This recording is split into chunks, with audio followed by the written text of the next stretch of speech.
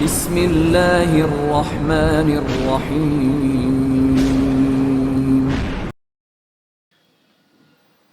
भेद, असरार से भरा एक हैरत अंगेज नावल। टॉर्च की रोशनी फेंकते ही इंतहाई हैरत से वो सब चीख उठे थे। एक बहुत बड़ा तवील सा हॉल था। इनके बिल्कुल सामने एक बुलंद चबूतरे पर महात्मा गौतम बुद्ध का एक बहुत बड़ा बुत रखा हुआ था। रोशनी में इसका सुनहरा रंग इस तरह चमक रहा था जैसे ये बुत अभी अभी बनाकर रखा गया हो, और इसकी चमक से जाहिर हो रहा था कि पूरा बुत सोने का है। बुत के सामने दो बड़े बड़े लकड़ी के संदूक रखे हुए थे। इनके पट खुले हुए थे और अंदर भरे हुए जेवरात, हीरे और याकूत की रोशनी से कमरा जगमगा उठा था। वो चंद लम्हे दम बखुद खड़े रहे और फिर अचानक गुरुचंद भागता हुआ आगे बढ़ा और गौतम बुद्ध के कदमों में सर रखकर रोने लगा। ये इसे क्या हुआ? सितारा ने सरगोशी में पूछा। खजाना देखकर खुशी से बेताब हो गया और महात्मा का शुक्रिया अदा कर रहा है, शहजाद ने कहा। मुझे तो ये सब कुछ एक ख्वाब लग रहा है, सितारा बोली। हाँ, लेकिन आंखें हकीकत को नहीं छुटला सकती। हमने वाकई दुनिया का एक बेशबहा खजाना दरियाफ्त कर लिया है, शहजाद बोला। गौतम बुद्ध अमन का पैगाम बर था, मोहब्बत, अमन और आश्ती का पैकर था। इसे राजपाट और महल की ऐशो इज्जत की जिंदगी तर्क करके खुदा से लौ लगाई थी, और दुनिया की सितम जरीफी देखिए कि इसके सामने खजाने का ढेर लगा दिया है। जिस चीज से इसे नफरत थी, जिस दौलत को ठुकरा कर इसने ये पैगाम दिया था कि मोहब्बत, खिदमत और इबादत से बड़ा कोई खजाना नहीं, वही इसके सामने लाकर ढेर कर दी गई। शहजाद इस तरह बोल रहा था जैसे गौतम बुद्ध से मुखातिब हो। इंसान बड़ा हरीस वाक़ हुआ है, सितारा ने कहा। वो हमेशा चमकती हुई दौलत की सिमत भागता है। नहीं सितारा देवी, गुरुचंद अचानक पलटकर बोला। मैं मोहब्बत के पीछे भागा था, जो दौलत के हाथों बिक गई। बमल ने दौलत की खातिर गद्दारी को अपना लिया। अब मैं इस दौलत से मोहब्बत को खरीदूंगा। वो दीवाना वाज जवाहिरात से भरे हुए संदूक की जानिब बढ़ा। इसने दोनों हाथों से अंदर रखे हुए जवाहिरात को उठाना चाहा, लेकिन नामुमकिन रहा। जेवरात जैसे संदूक से चिपक गए थे। गुरुचंद ने जोर लगाकर इसे उठाना चाहा, और दूसरे लम्हे इन्हें यह महसूस हुआ कि वो तारीख खला में गिर रहे हैं। इनके कदमों के नीचे से अचानक ही जमीन खिसक गई थी। सितारा ने खौफ से चीख मारी। शहजादे उसे पकड़ने के लिए हाथ फैलाए, लेकिन नाकाम रहा। और फिर अचानक इनके पैर सख्त और चिकनी सतह से टकराए और वो लुढ़कते चले गए। गिरते हुए टॉर्च शहजाद के हाथ से छूट गई, इसलिए गहरी तारीकी में कुछ नजर ना आ रहा था, और इसने उठकर अपने जिस्म को टटोला। मामूली सी खराश के अलावा और कोई चोट ना आई थी। अचानक इसे कुछ याद आया और इसे अपनी जेब में हाथ डालकर लाइटर निकाला। लाइटर जलाते ही इसे सितारा नजर आई, जो बिल्कुल करीब पड़ी हुई थी। शहजाद लपक कर उसके करीब पहुंचा। सितारा, सितारा, इसे आहिस्ता से आवाज दी, लेकिन वो साकित पड़ी रही। शहजाद को खौफ से पसीना आ गया। इसने बेताब होकर सितारा को अपनी बाहों में भर लिया। सितारा, ओह सितारा, वो सदमे से कराहा, लेकिन इसी लम्हे सितारा ने आंखें खोल दी। वो जिंदा थी, दहशत से बेहोश हो गई थी। चंद लम्हे वो फटी फटी आंखों से शहजाद को देख रही थी, और फिर जल्दी से उठ बैठी। खुदाया, तेरा शुक्र है, उसने आहिस्ता से कहा। मैं तो समझी थी कि बस, लेकिन ये हुआ क्या? हम कहाँ हैं? कुछ पता नहीं, शायद ये कोई खुफिया गार है, शहजाद ने कहा। इसी लम्हे कोई कराहा। शहजाद ने दोबारा लाइटर जलाकर देखा। कुछ फासले पर पड़ा हुआ गुरुचंद उठने की कोशिश कर रहा था। वो दोनों लपक कर उसके पास पहुंचे। गुरुचंद के माथे पर एक बड़ा सा गोमड़ नजर आ रहा था, जिससे खून रस रहा था। शायद इसी चोट से वो बेहोश हो गया था, और इसने खौफजदा नजरों से हर सिमत देखा। ये क्या हो गया? हम कहाँ हैं?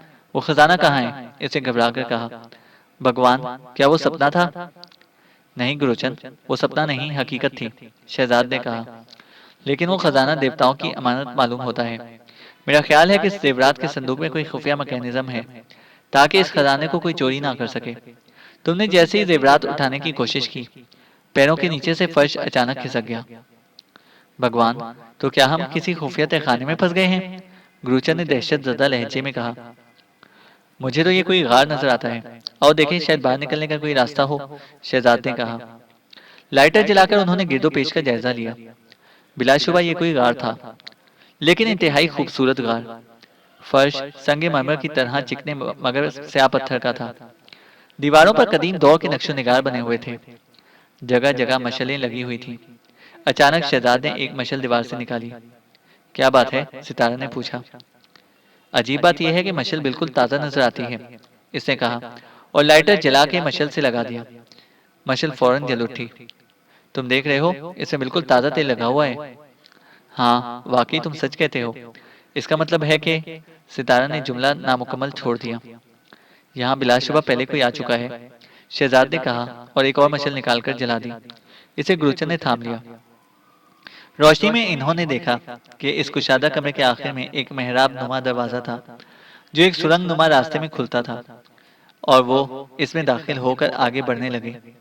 यहाँ ताज़ा नम आलूद हवा आ रही थी। सुरंग मुख्तसर सी थी। वो इसके खात्मे पर एक बड़े से गार में दाखिल हुए और निगाह उठाते ही दम बखुद रह गए।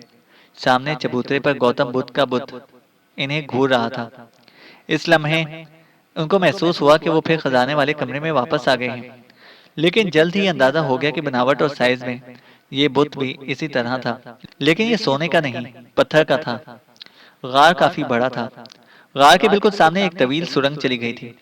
वो इसमें दाखिल होकर आगे बढ़ते चले गए, यहाँ तक कि एक जगह पहुंचकर ये सुरंग खत्म हो गई। बड़ी बड़ी चट्टानों ने रास्ता बिल्कुल बंद कर दिया था। शहजाद गौर से सुनने लगा। क्या बात है? गुरुचर ने सरगोशी की। गौर से सुनो। क्या पानी की लहरों से के टकराने की आवाज नहीं आ रही? शहजाद बोला। हाँ, ऐसा लगता है जैसे ये रास्ता समुद्र की तरफ खुलता है। है नहीं, था। इसे बंद कर दिया गया है। मेरा ख्याल है कि मार्थर की दास्तान सच्ची थी। उन्होंने जल्द ही अंदाजा कर लिया कि इन चट्टानों को हटाना इंसानी कुवत के बस की बात नहीं थी।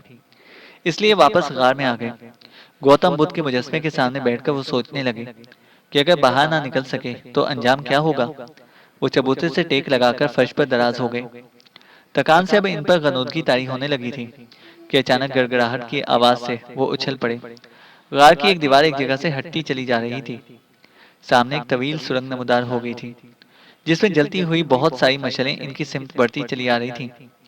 वो घबरा कर उठ बैठे।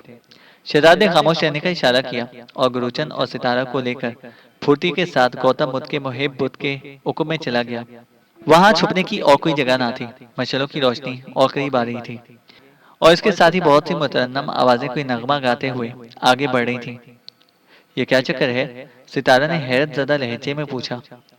खामोशी से देखती रहो, शहजाद ने सरगोशी की। शायद कुदरत ने बाहर निकलने का मौका फराम किया है, शहजाद ने कहा। और फिर उन्होंने हैरतज़दा नजरों से वो काफिला देखा जो अब गार में दाखिल हो रहा था। आगे आगे कोई 15-20 खूबसूरत लड़कियां बसंती साड़ियों में मलबूस, हाथों में पीतल के थाल उठाए हुए थीं, जिनमें दीप जल रहे थे। इनके दूसरे हाथ में जलती हुई मशलें मध्यम रोशनी में इनके कुंदन जैसे गुदास जिस्म दमक रहे थे। वो कोई भजन गा रही थी, जिसकी जबान नाकाबिले फहम थी। इनके पीछे तकरीबन 150 मर्द थे। अजीब बात यह थी कि इन सब के जिस्म पर मलेशिया की वर्दी वर्दी थी, और सब के सब मुसल्ला थे। गार के अंदर दाखिल होकर वो नीम दायरे की शक्ल में फैल गए। लड़कियों ने पूजा के अंदाज में झुककर आरती उतारी और थाल बुद्ध के कदमों में रख दिए। फिर मशलों को हाथ में लेकर रक्स करना शुरू कर दिया। अजीब हैजान खेज रक्स था। अब औरतों के साथ मर्द भी भजन गा रहे थे। तन बदन से मदहोश लड़कियां पूजा का रक्स कर रही थी। हर लम्हा इनके कदमों में तेजी और जिस्म में मस्ती सी आती जा रही थी। इनका लिबास जिस्म से सुरखता जा रहा था, और इसी लम्हे ऐसा महसूस हुआ जैसे बिजली सी गिर पड़ी हो। एक खौफनाक सी कड़कड़ाहट फिजा में गूंजी थी, और फिर पूरे गार में बिजली के झमाके होने लगे, जैसे हजारों बिजलियां चमक रही हों। लड़कियों समेत सब सजदे में गिर पड़े। चंद लम्हों बाद बिजली की कौंध खत्म हो गई, और गौतम बुद्ध के बुत की दोनों आंखों से तेज रोशनी खारिज होने लगी। दूधिया रंग की यह रोशनी सुर्ख लाइट की तरह तेज थी, जिसमें तमाम पुजारी नहा गए। बुद्ध के उकुब में छुपे हुए शहजाद और इसके साथी तारीकी में थे, और फटी फटी आंखों से ये सहरजदा मंजर देख रहे थे। अचानक एक गूंजदार आवाज फिजा में उभरी। बुद्ध बोल रहा था। महात्म गौतम बुद्ध के लबों से आवाज निकल रही थी, लेकिन ये आवाज कदीम संधाली जबान में थी। शहजाद गौर से सुन रहा था। मेरे बच्चों, तुम्हारी पाक भूमि पर बसने वाले बुद्ध मजहब के असूलों को भूल गए हैं। वो ऐशो इशत की गुनाह आलूद जिंदगी के आदी हो गए हैं। वो बुद्ध मत की पुत्र भूमि को पापियों के हाथों बेच डालने की साजिश कर रहे हैं। तुम्हारा मुल्क तुम्हारी सदियों पुरानी तहजीब, तुम्हारी इज्जत और आबरू सब कुछ लुट रही है। और अगर तुम इसकी हिफाजत के लिए खड़े ना हुए तो एक दिन तुम गुलामी की जंजीरों में जकड़ जाओगे। तुम्हारी औरतें इन पापियों के बिस्तर की जीनत जीनत बन जाएंगी। हम अहिंसा के मानने वाले हैं, इसलिए मेरे बच्चों उठो जागो और अपनी धरती को पापियों के हाथों से छीन लो। यहाँ सिर्फ इसे बसने का हक है जो बुद्ध को मानते हो। दुश्मनों से अपनी भूमि पाक कर लो। आगे बढ़ो, महात्मा की मदद तुम्हारी होगी। जाओ और सिद्धार्था के हुक्म से दुश्मनों का सफाया कर दो। हमने तंतारा को तुम्हारी रहनुमाई के लिए भेजा है। इसके हुक्म पर अमल करो। इसका हुक्म अपने महात्मा का हुक्म समझो। इसमें तुम्हारी सलामती है। एक बार फिर गार में कड़क हुई, बिजलियां सी कौंधी और फिर सन्नाटा छा गया। गौतम बुद्ध की आंखें तारीख हो गई। सिर्फ मशालें रोशन थीं और इनकी रोशनी में अब बुद्ध के सामने एक दराज कद शख्स खड़ा हुआ था। इसके चेहरे पर छोटी सी तकोनी दाढ़ी थी। सर बिल्कुल घटा हुआ था। हाथ में बुद्ध का चक्कर था। किसी ने नहीं देखा कि वो कब और कहां से नमूदार हुआ। चंद लम्हे वो खामोशी से खड़ा रहा, फिर आहिस्ता से बोलना शुरू किया। महात्मा बुद्ध के वीरों, जाओ बारादरी में इंतजार करो। हम बहुत जल्द महात्मा के हुक्म पर अमल शुरू करने वाले हैं। तमाम मर्द खामोशी के साथ सुरंग में वापस चले गए। तंतारा ने बुद्ध बुद्ध के पैरों को हाथ लगाया। सुरंग का रास्ता बंद हो गया। दीवार इस तरह बराबर हो गई जैसे यहाँ खला कभी रहा ही ना हो। शीतल और राधा, अपनी नई सहेलियों को सोनजल पिला दो, तंतारा ने हुक्म दिया। सामने बैठी हुई दो हसीन लड़कियां साड़ी का पल्लू संभालकर आगे बढ़ी। बुद्ध के सामने कदीम तर्ज का जग और प्याले रखे हुए थे। इनमें सुनहरे रंग का शरबत रखा हुआ था। शीतल और राधा ने प्यालों में सुनहरा शरबत उंडेल कर तमाम लड़कियों को पिलाया। शरबत का पिया जाना था कि चंद लम्हे बाद ही तमाम लड़कियां इस तरह मुस्कुरा रही थीं, जैसे गिरदो पेश से बेखबर होकर कोई हसीन ख्वाब देख रही हों। इनकी आंखों में सुर्ख सुर्ख डोरे से उभर आए थे। तंतारा के ने फिर इशारा किया। शीतल और राधा मुस्कुराती हुई इसके पास आ गई। इसने आहिस्ता से कहा, इनको लेकर मेरे साथ आओ। आज रात इन सबको गिरधारी के यहाँ ले जाना है। वहाँ आज एक बड़ी दावत है जिसमें शहर के बहुत बड़े बड़े लीडर और सरकारी अफसर आ रहे हैं। तुम इन लड़कियों के जोड़ों में ट्रांसमीटर पेन लगाना ना भूलना। इसने जग और प्याले इनके हाथ से लेकर रख दिए। लड़कियां सहजदा अंदाज में इसे घूर रही थीं। अब इन हसीन भेड़ों को साथ ले आओ। तंतारा ने बुद्ध के दूसरे पंजे को हाथ लगाया। बुद्ध के नीचे अचानक खला पैदा हो गया। तंतारा के बाद एक एक करके तमाम लड़कियां इसमें दाखिल हो गईं। खुफिया रास्ता बंद हो गया। गार में तारीकी छा गई। काफी देर तक वो दम बखुद बैठे रहे। गुरुचंद मबहूत बना इस तरह सामने घूर रहा था जैसे इसे अपनी आंखों पर यकीन न आया हो। लेकिन शहजाद मुस्कुरा रहा था। मेरा ख्याल है कि हम बाहर निकलने की कोशिश करें, सितारा ने याद दिलाया। नहीं, शहजाद ने कहा, हमें तंतारा के खुफिया हेडक्वार्टर में चलना चाहिए। लेकिन कैसे? शहजाद ने जवाब नहीं दिया। वो उठकर बुद्ध के सामने वाले चबूतरे पर इस जगह खड़ा हो गया जहां जरा देर कबल तंतारा खड़ा हुआ था। दुजानों बैठे हुए गौतम बुद्ध के दोनों पैर इसके शानों के बराबर थे। शहजाद ने दाहिना पैर पीछे किया। इसका हाथ एक बटन से टकराया। इसे दबाते ही दीवार का एक हिस्सा अपनी जगह से खिसक गया। गुरुचंद और सितारा के मुंह से हैरत से खुल गए। शहजाद ने फिर बटन दबाया। दीवार बराबर हो गई। मेरा ख्याल सही था, इसने कहा। ये सारा निजाम बरकी है। कड़क की आवाज, बुद्ध की तकरीर और रोशनी के झमाके सब बिजली का करिश्मा थे। नहीं, आप महात्मा की तौहीन कर रहे हैं, गुरुचंद ने कहा। पागल ना बनो। अगर ये महात्मा का महोत्सव होता तो तंतारा लड़कियों को गद्दारी के यहाँ भेजने की साजिश ना करता, शहजाद ने कहा। लेकिन गुरुचंद ने कुछ कहना चाहा, फिर रुक गया। ये लड़कियां वहां क्या कर रही हैं? जासूसी। तुमने सुना नहीं कि तंतारा ने क्या हिदायत दी थी? शहजाद ने कहा। तुम्हारे मुल्क में हुकूमत का तख्ता उलटने की एक भयानक साजिश हो रही है, गुरुचंद। इस मकसद के लिए यहाँ बहुत अरसे से असलाह स्मगल करके लाया जा रहा था। अब ये वाजह हो गया है कि ये असलाह कहाँ जाता है। बगावत की कोशिश नाकाम होने के बाद साजिशी गिरोह मुसलसल तैयारियां करता रहा और अब ऐसा मालूम होता है कि ज्यादा मुनज्जिम तरीके से कुछ होने वाला है। एक गैर मुल्की ताकत इसमें मुलविस है। श्रीलंका पर कब्जा हो जाए तो बहरे हिंद का पूरा इलाका काबू में आ सकता है। तुम्हारे मुल्क की जोग्राफियाई हैसियत फौजी एतबार से बहुत अहम है। ये लड़कियां सियासतदानों और सरकारी अफसरान के जरिए अहम राज मालूम करने का काम अंजाम देंगी और इन खबरों के जरिए साजिश आसानी से कामयाब हो सकती है। शहजाद कहता चला गया। लेकिन फिर ये खजाना, क्या मार्थर भी इस साजिश में शरीक था? क्रूचर ने पूछा। नहीं, मेरा ख्याल है कि वो सिर्फ असलहे की स्मगलिंग में मुलविस था। खजाने का राज इनके हाथ इत्तफाकन लग गया। अगर ये राज तंतारा के गिरोह को मालूम होता तो खजाना अब तक बाकी ना रहता। शहजाद ने कहा। लेकिन ये कैसे मुमकिन है? अगर वो यहाँ पर काबिज हैं तो खजाने का राज इनको जरूर मालूम होगा।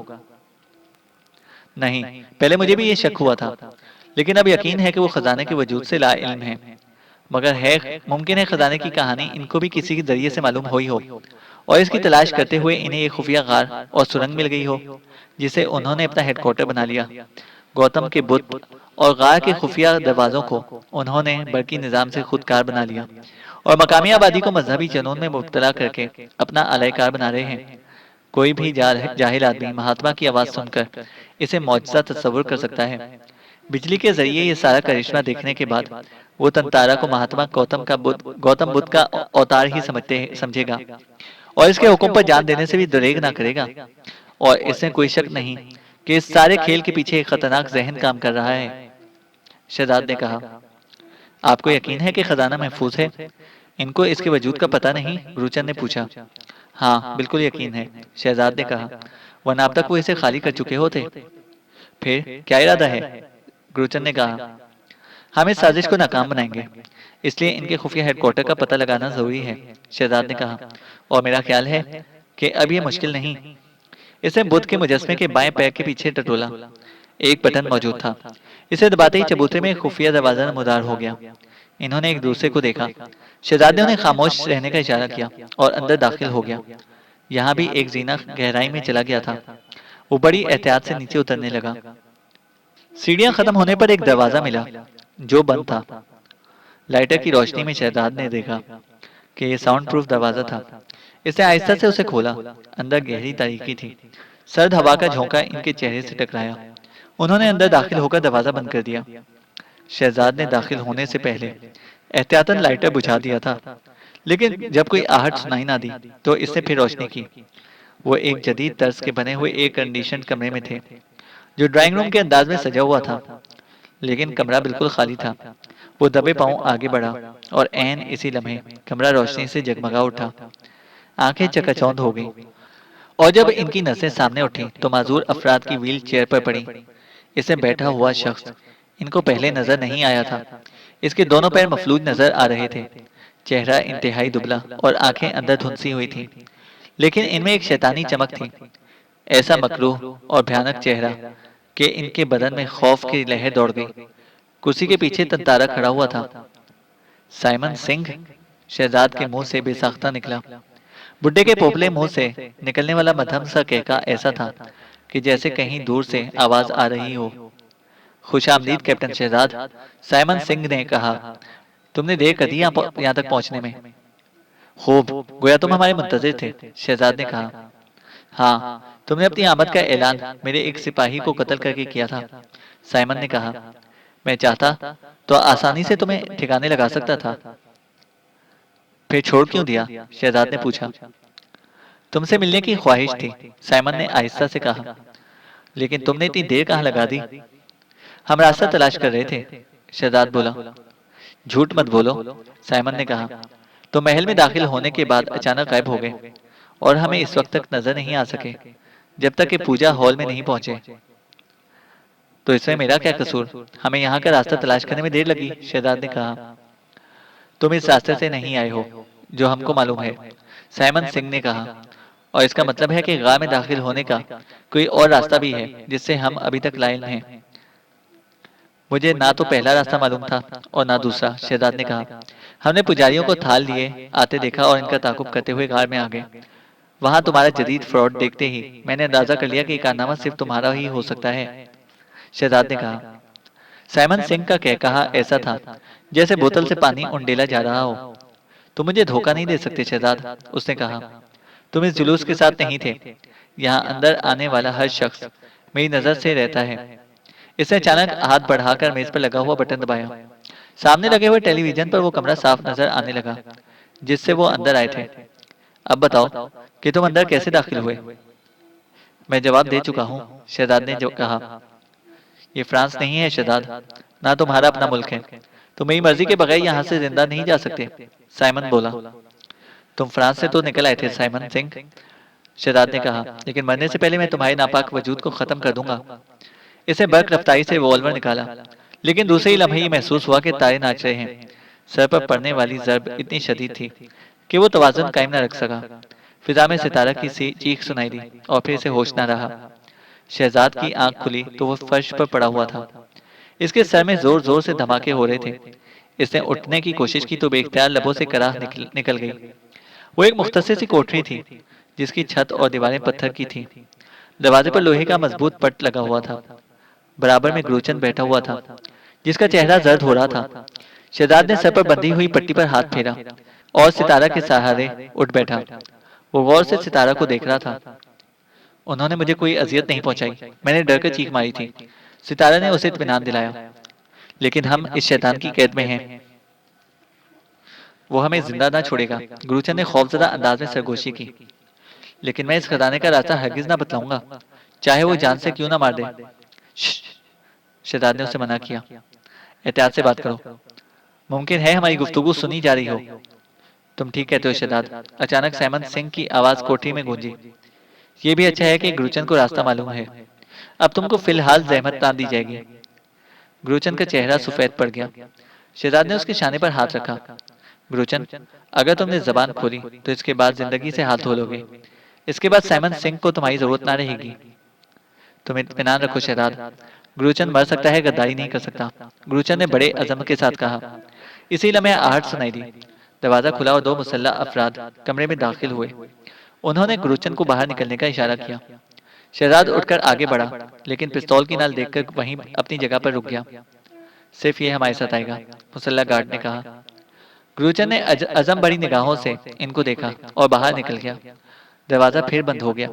वो चंद लम्हे एक दूसरे को देखते रहे। फिर शहजाद ने कलाई पर बंधी हुई रिस्ट वॉच पर नजर डाली। तुम्हारी घड़ी में क्या वक्त हुआ है? इसने सितारा से पूछा। ये शायद बंद हो गई है, 2 बज रहे हैं, सितारा ने जवाब दिया। शहजाद ने घड़ी में चाबी देकर वक्त मिलाया, लेकिन इसकी घड़ी बंद नहीं हुई थी। इस बहाने वो ट्रांसमीटर ऑन कर रहा था। तुमको कुछ अंदाजा है कि हम कहाँ हैं, कहाँ बंद हैं? इसने सितारा से पूछा। किले के बाहर जो बारादरी है, हम इसके तहखाने में कैद हैं, सितारा ने बताया। साइमन सिंह का असल हेडक्वार्टर भी यही है और कई कमरे खुदकार असलहे से भरे हुए थे। डायनामाइट और गोला बारूद का जखीरा भी था, सितारा ने बताया। इस कमरे तक आने वाले रास्ते में कई कमरे और हैं जिनके अंदर ये सारा असलहा भरा पड़ा है और मैंने सैकड़ों बावर्दी छापा मार भी देखे हैं।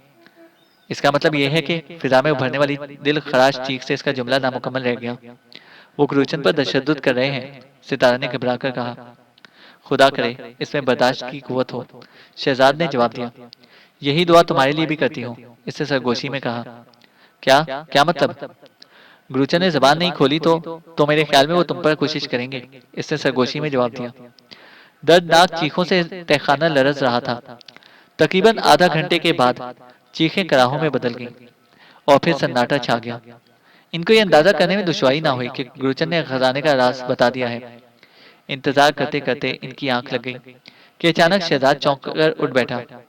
किसी चीज के गिरने का हल्का सा धमाका साफ सुनाई दिया था। वो गौर से सुनने लगा। कदमों की चाप दरवाजे पर आकर रुक गई। शहजाद ने सितारा को बेदार कर दिया।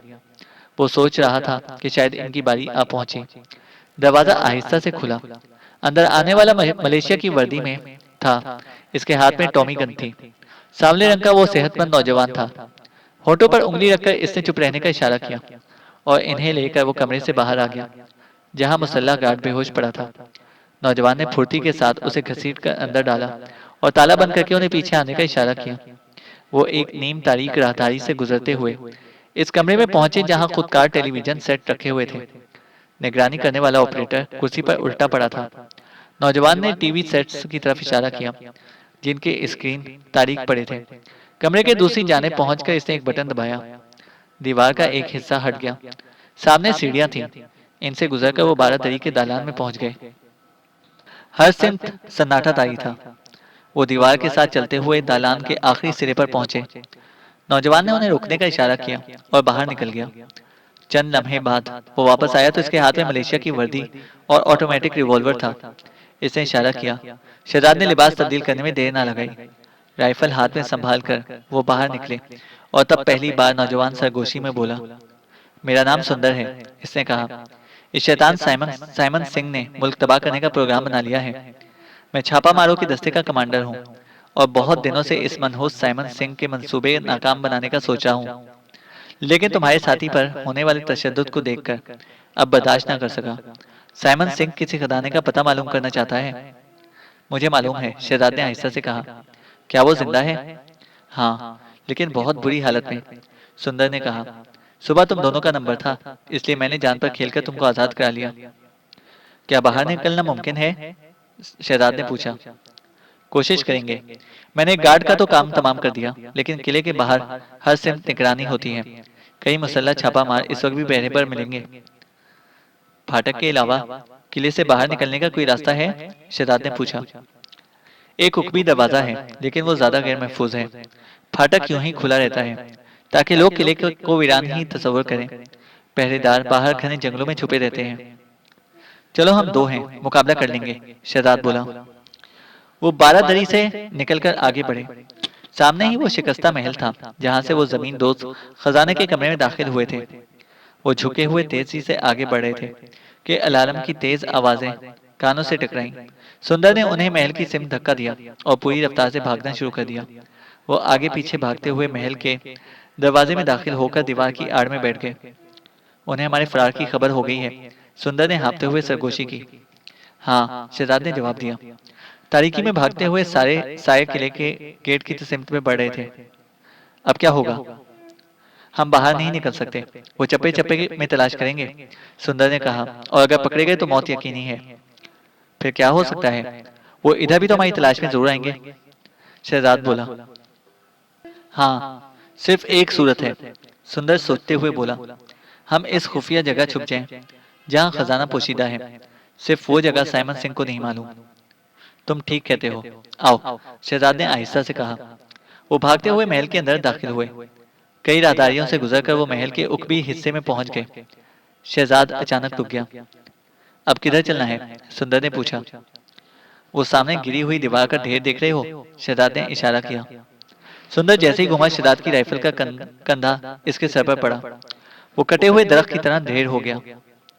ये तुमने क्या किया? सितारा ने घबराकर पूछा। साइमन सिंह इतनी आसानी से हमें बेवकूफ नहीं बना सकता, शहजाद ने मुस्कुराते हुए कहा। खुदाया, तो क्या ये? हाँ, ये सब कुछ ड्रामा खजाने का रास्ता मालूम करने के लिए रचाया गया था, इसने जवाब दिया। खुद कार, टीवी सर्किट, पहरेदारों का इतनी आसानी से काबू में आना और फिर इतने ड्रामाई अंदाज में हमारे फरार का इल्म हो जाना, और सुंदर की ये तजवीज़ कि हम इस खुफिया तहखाने में छुप जाएं, जहां वो खजाना है, महज एक चाल थी। मुझे यकीन है कि इस राइफल का मैगजीन खाली होगा। इसका ख्याल बिल्कुल दुरुस्त निकला। इसने राइफल वहीं फेंककर टॉमी गन उठा ली और फिर सोचने लगा। अब क्या इरादा है? सितारा ने पूछा। मेरा ख्याल है कि वो अपनी कामयाबी की खबर सुनने के मुंतजिर होंगे। क्या तुम सुंदर की वर्दी पहन सकती हो? क्यों? सितारा ने पूछा। बाहर निकलने का महफूज रास्ता किले का फाटक है और वर्दी में शायद हम इन्हें धोखा देने में कामयाब हो जाएं, शहजाद ने कहा।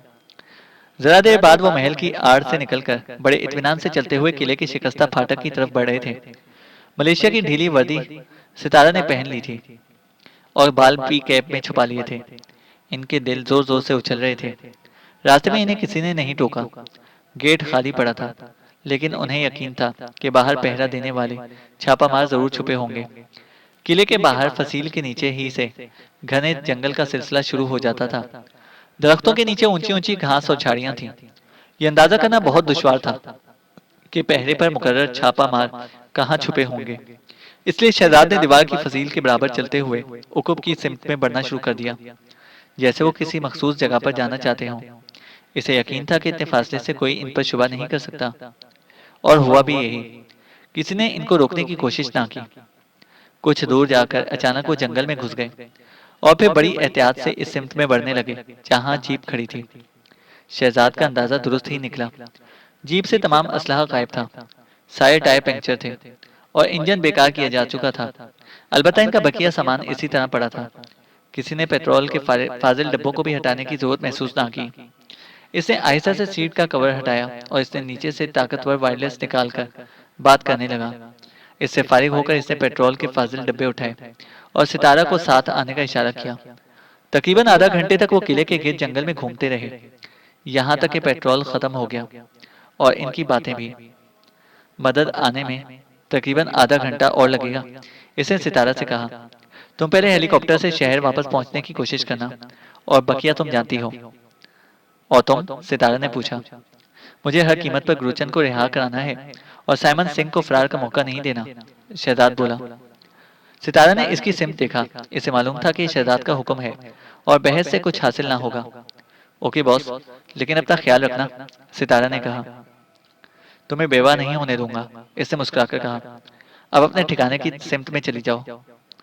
जब इसे यकीन हो गया कि सितारा दूर निकल चुकी है, तो इसने जेब से माचिस निकाली और जलाकर घास पर फेंक दी।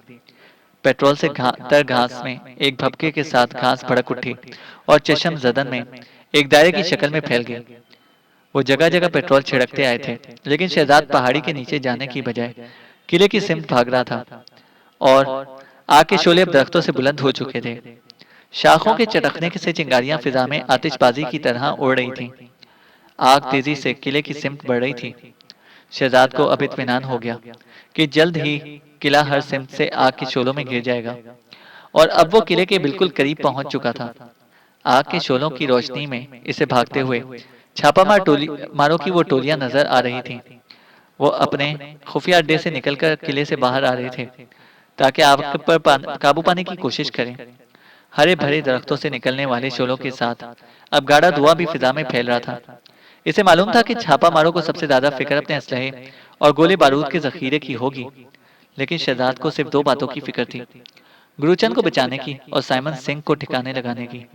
इसे उम्मीद थी कि छापा मार आगे से निकलकर फरार होने की कोशिश करेंगे, लेकिन इससे पहले सारा इलाका घेरे में ले लिया जा चुका था। वायरलेस से इससे बहुत वाज़ेह पैगाम दिया था। चैनल को सब्सक्राइब करें और बेल आइकन को प्रेस करें ताकि हमारी हर अपडेट आपको बर वक्त मिल सके।